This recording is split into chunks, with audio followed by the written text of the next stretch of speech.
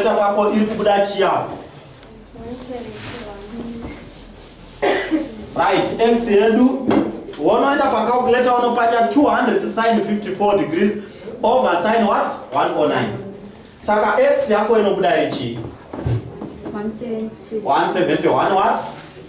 Meters to the nearest meter. All together. Any question? Huh? Yes. Right.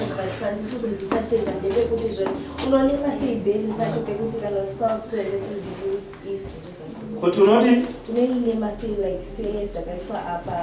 Put south 70 degrees east. Right. It's also triple consider this is what we call compass bearing. A bearing, a direction of south 73 degrees east. It is a direction between south and what? East. All together. So when we say south 73 degrees east, we are saying we are going to the south, but not directly to the south. Let's assume this is our point Y. From Y we are going to the south, but not directly to the south. We take 73 degrees to east. Saka, this is the direction. All together. Up and up 73 degrees. Croati tichena ku south the tozo swedera ku east nei. Trinose.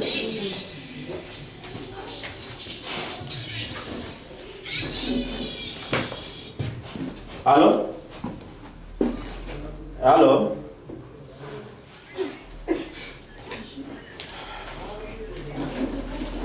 All right.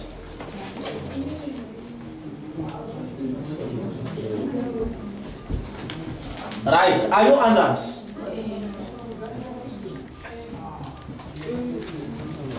Any other question? Huh? Right, right, this is what we call compass bearing. All together. This is compass bearing. Yes? Right, when we say clockwise direction, we are talking of 3-figure bearing. All together. 3-figure bearing is an angle measured from the north line in a clockwise direction, but compass bearing now never involves an angle which is greater than 90 degrees. All together. The angle in compass bearing is between 0 and what? 90 degrees. All together. Because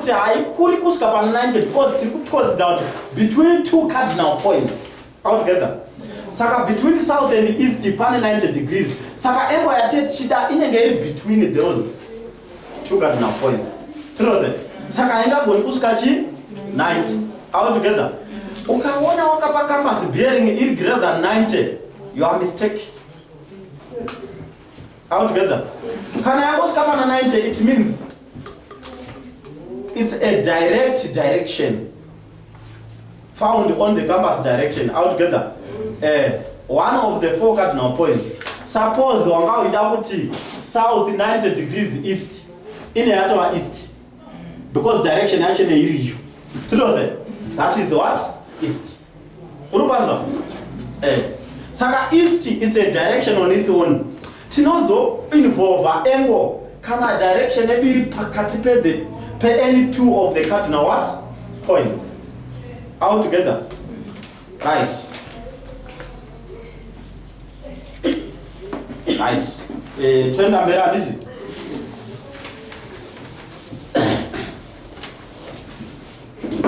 This was number 4.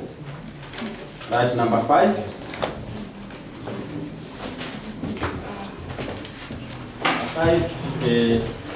3 towns.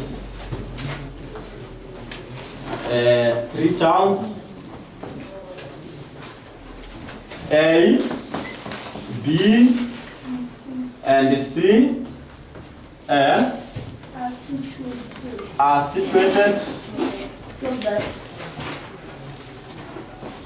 situated so that AB is 60 kilometers, AC kilometers. Is 100 kilometers. Full stop. All right. The bearing of B. The bearing Of B from A. The bearing of B from A Is 60 degrees. is 60 degrees. It's not 60 degrees, and it. And the bearing of C. And the bearing Of C. of C From A. from A Is 290 degrees. is 290 degrees. Full stop. Calculate Calculate. A. Calculate A. The bearing. The distance BC. So The distance BC. BC. B. B. The bearing of B from C. The bearing Of B from C. of B from C. C.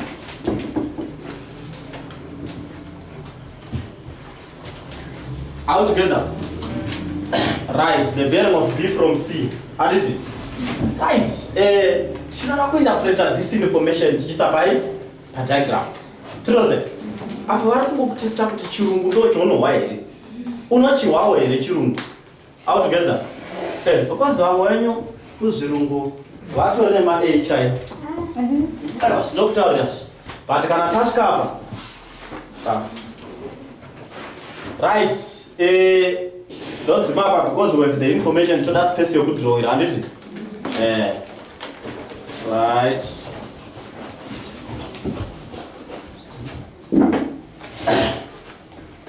Right. Trikuti.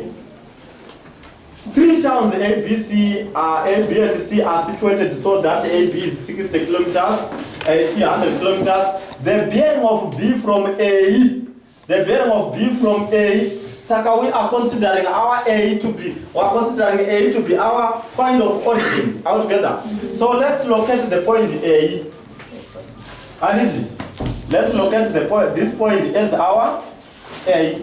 So make sure that through A is a line pointing to the what? North, because we are talking of the 3-figure bearing. Altogether. Right. So I took the bearing of B from what? From A is 60 degrees.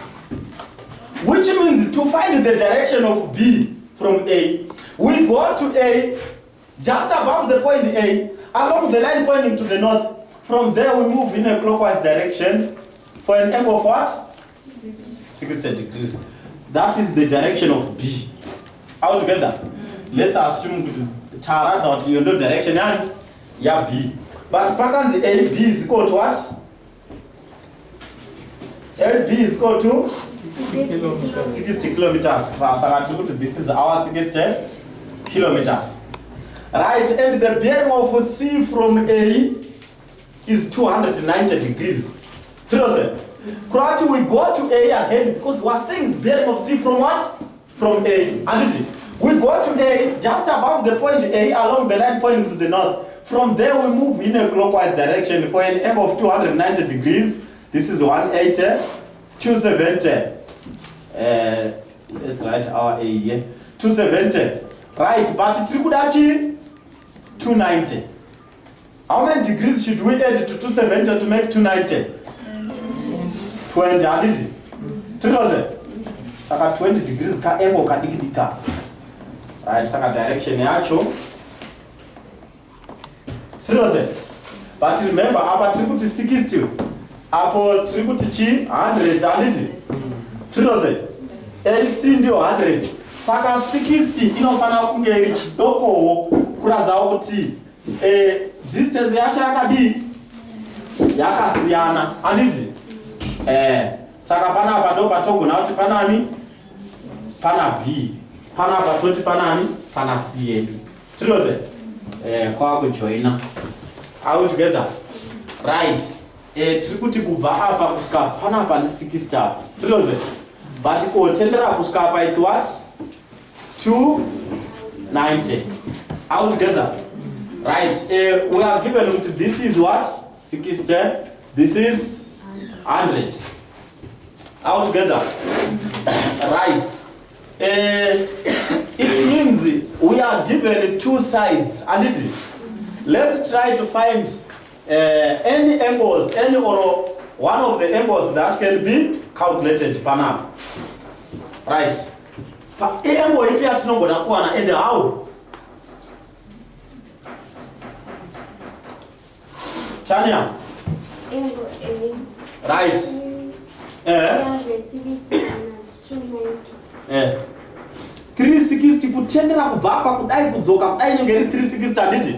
When we subtract 290, because 290 is from this point to this point, when we subtract 290, we are left with this angle as 70 degrees, handiti. So this one is 70, so what?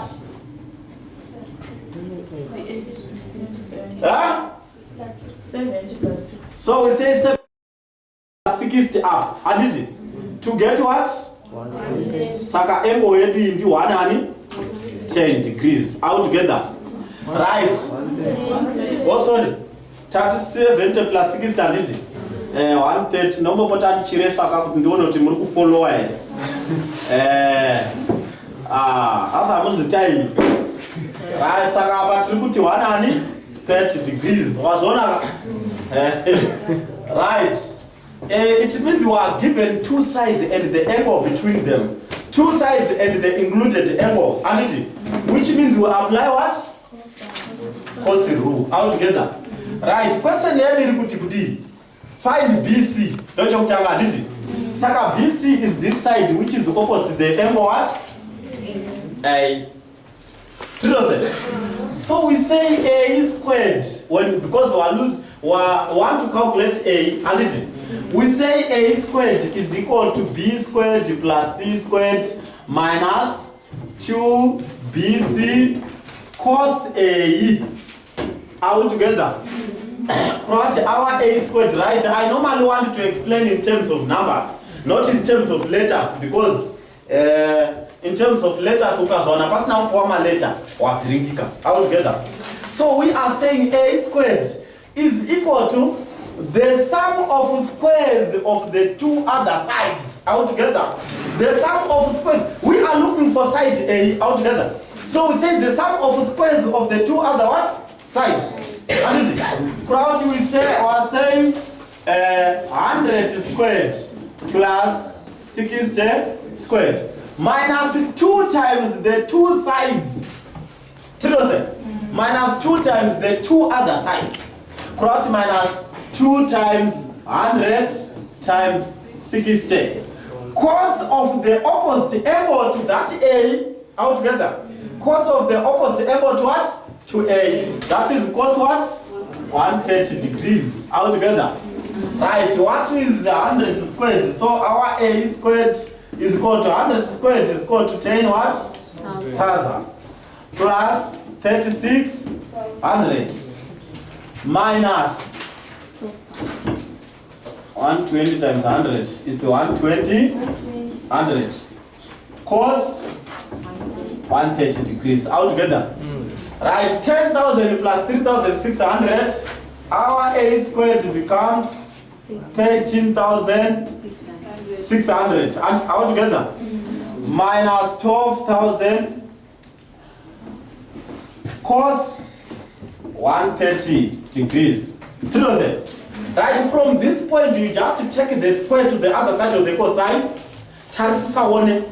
Zata kunyora pa exactly ne order yazo ndo zaunopanya pa calculator. Anditi. Theta kuti A is equal to square root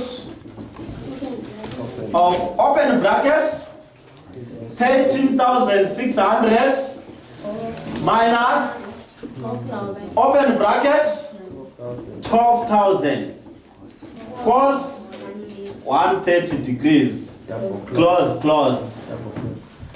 Right, kana wapanja pa calculator watobuda nani na A yako. Urikutisa A equal to what? 146 kilometers. Kanarema kilometers altogether. 3,000. Right. Wagona.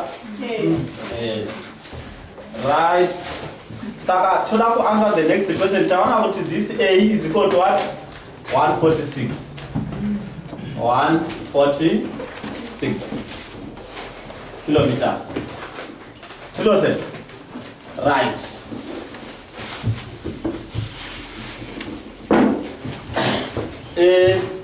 Look, Makwanzichi. The bearing of what? B from C. B from C, it means we go to point C. We want the direction of B from C. Bearing means direction, altogether. Right? B from C, we go to point C and make sure that through C is a line pointing to the what? North. Altogether. Right? We go to C just above the point C along that line pointing to the north. From there we move in a clockwise direction until we get to the line that goes straight to what? To B. Pfidze. Right. Right. Let's have this line continued. This one line pointing to the north. Pfidze. Takuwana kuti angle ichi. Iyanga is 70 degrees. Irichi 60 degrees. Right, this line points to the north, this one points to the north. Since this one is 70, this one is also 70. They are Z angles altogether. Right, which means kuba apa kuzoshika apa tiri kusara nei katabza 70 uyu. Tiri kusara nei kuba apa kuzoshika apa. Terera zveyo. Hey, I'm saying this is 70.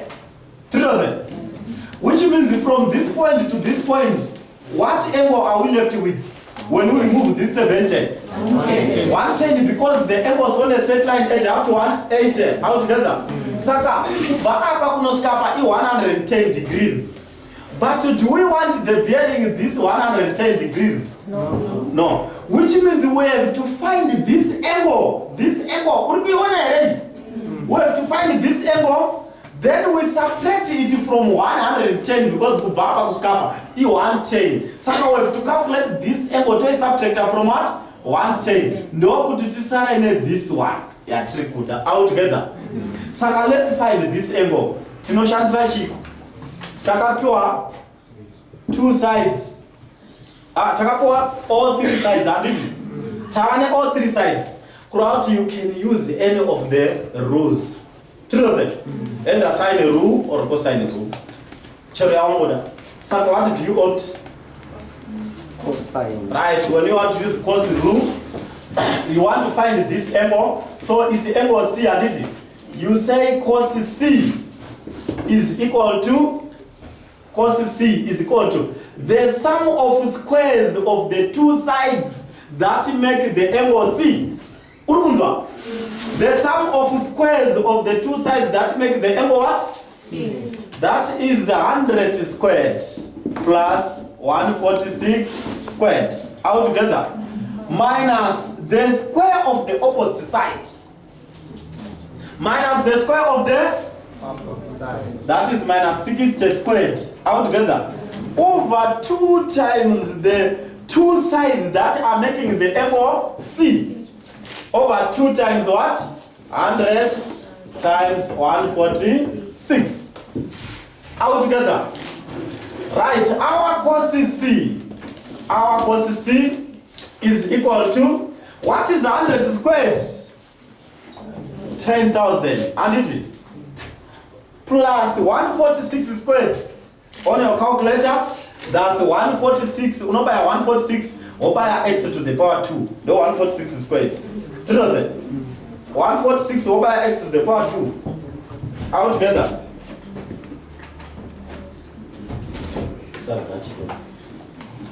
And it.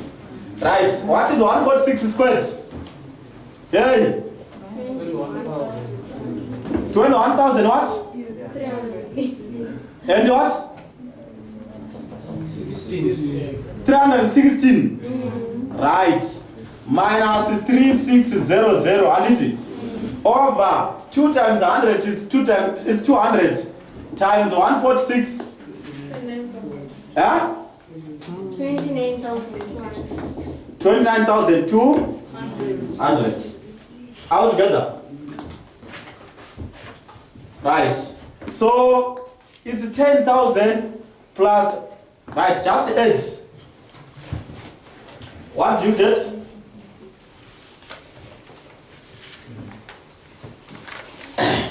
Add our subtractor. Our cos C is equal to unozowana 0, what? Add is your subtractor or divider. Unaona chi? Dota 0, yauri kuwana yoyo. Usati waenda kuna shift cos. Taura 0, Taura manamba alipo wayo 178082. All together. Right, but you don't want to find cos C. All together.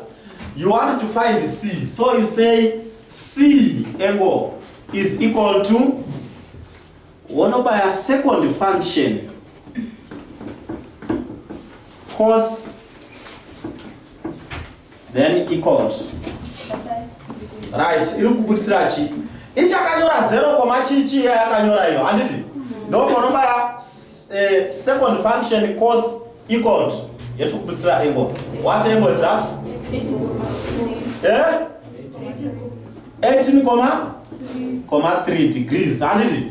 18,3 is this angle. But tikabva pa cos kapa iri kunzi 110. Saka is still kuda B from what? C.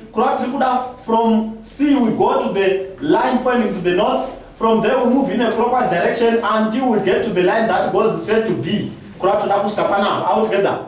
Saka this point to this point, it gives us an angle of 110 minus 18,3 degrees. What is 110 minus 18,3? It's what?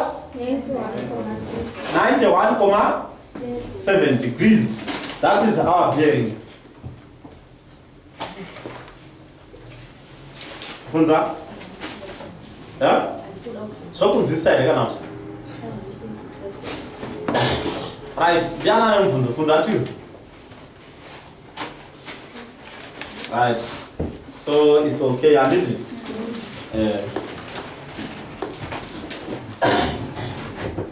Number 6.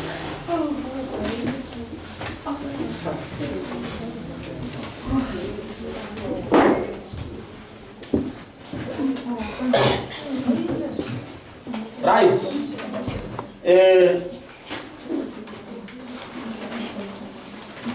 We wanted to do the last 2. Yeah? I was without 2 zitwe apa zibude. Then zimwe 2 zinosara Moses tira omeka. Azitombotora nguva. That sounds like no gosha. 9 and 8. Yeah? 9 and 8. Right. Let's have number 8 first. Anity. Okay. Number 8, you know, an aeroplane. An aeroplane leaves what? Airport. And flies. Do what? Not. For 1.5 hours.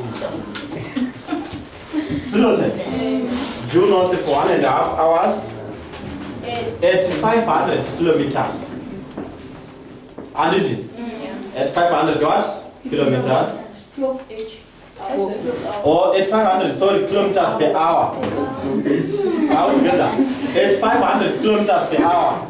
It then flies. It then flies 400 kilometers on a bearing of 0 what? 53 degrees. Calculate its final distance at the bearing from the airport. Calculate its final distance and bearing from the airport. from the airport.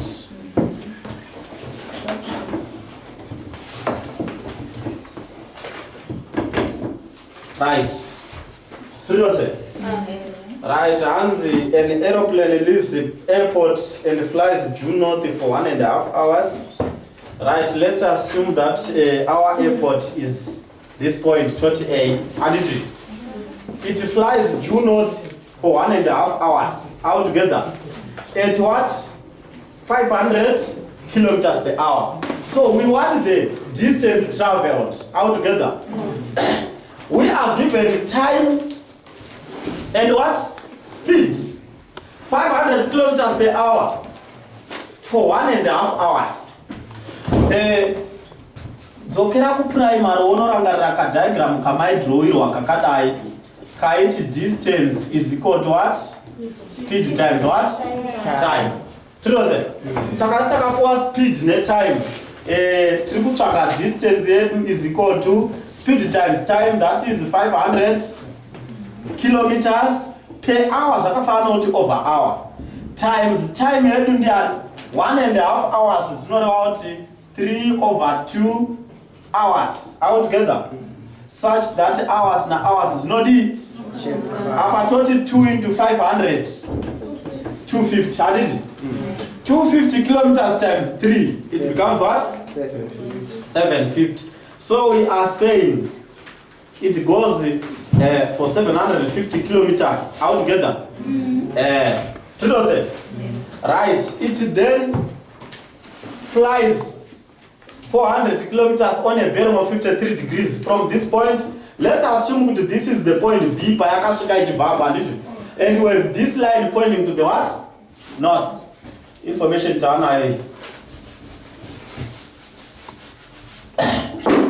So we make sure that through B is a line pointing to the